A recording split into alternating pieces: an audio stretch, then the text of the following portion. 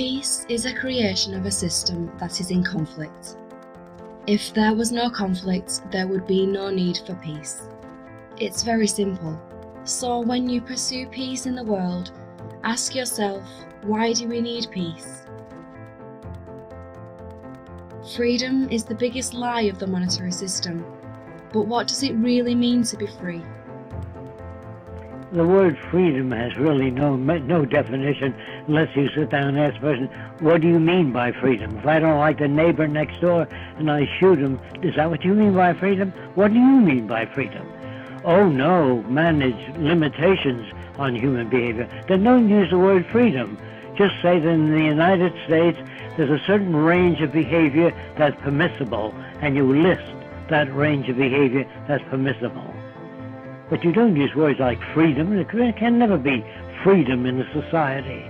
Right. You know, when countries start to tell their people, you're free and you have democracy, if they had to keep saying that, watch out. I don't know what freedom is when, how many millions, over 40 million people can't even get medical care.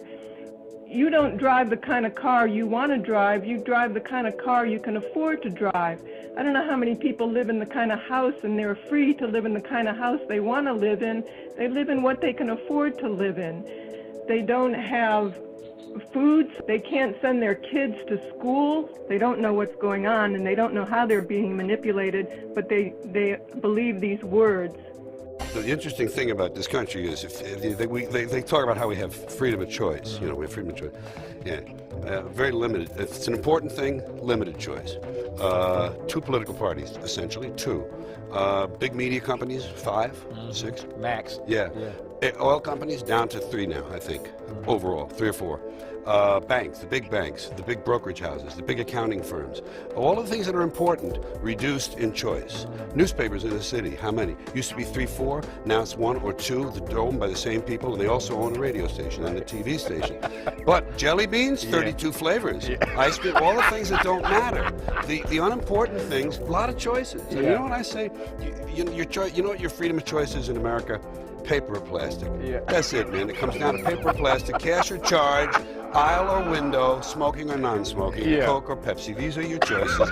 Everything else is kind of laid out for you. You get to do what they really want. They do what they want. The ones who own this country, they do what they want. Speaking of our choices being usurped or taken away from us, what do you make of what, and I'm fascinated to ask you this because all the things that you've been talking about for years, I mean, we've come full circle on this stuff. And that's why I was so fascinated, and thank you for coming on the program. Sure. But here we are now, 30 years after you were talking about it, with this huge debate, this huge fight about whether or not our civil liberties are being taken away from us. What are your thoughts on? Well, I think if you looked at the record of laws which have been passed in the last 30 to 40 years, there's a thing called social hysteria. Social hysteria is whipped up generally by the media. Crime, in Nixon's time, crime was the big social hysteria issue. There's too much crime, they're coddling, the courts are coddling the criminals, we have tougher laws. So a lot of civil liberties went away in terms of the rights of criminals and the rights of the accused and people going on trial. These were limited, they were cut down. These rights which are guaranteed by the Constitution and the Bill of Rights. Another social hysteria, drugs. The drug thing happened, same thing. Big flow of drugs, we're going to fight the drugs, we need newer, tougher laws, we need draconian sentences, we need to be able to go into houses, we need to be able to do this, and we have reasonable, all of these shortcuts have resulted in less liberties because of social hysteria. The media whips up the frenzy, people get all excited, the legislature passes it, the executive signs it, and the judges, then the judicial branch okays it sometime later when it gets to them. And what has happened is you have less freedom, less liberties, less civil liberties, less rights. And the third social hysteria is terrorism. That was whipped up. Now it's a little more cause there. You look at the 9/11, it's a very dramatic event. But that too has been used with this Patriot Act to reduce our liberties. They say, well, if you have nothing to hide, what are you worried about? You know that whole argument? Tell me about the people that are, just getting out of prison because of the DNA, if they had nothing to hide. It's just, listen, this country is owned by the ownership class. They do pretty much what they want. Let's see how free you are in the monetary system. Since you were born, you're labelled and an ID is assigned to you by the monetary system without your permission. Your body needs food. Most is held by the monetary system, and to obtain it you must follow the rules. School, college, work, law. There are so many laws that even your words are limited in public. Reasons such as vulgarity or offence are used as justification, but those are false. The language you use is determined by the area you live in, which you can't choose. This limits your ability to communicate in other parts of the world, social classes, etc. Try to analyse how free you are, or rather how constrained you are by the monetary system.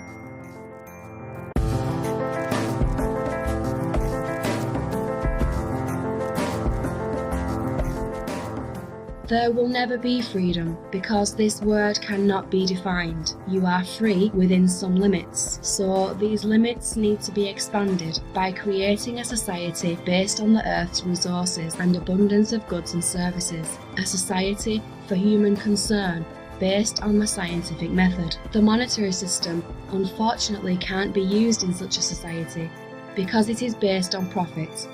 There is no way to make profit from abundance, so the monetary system will become obsolete.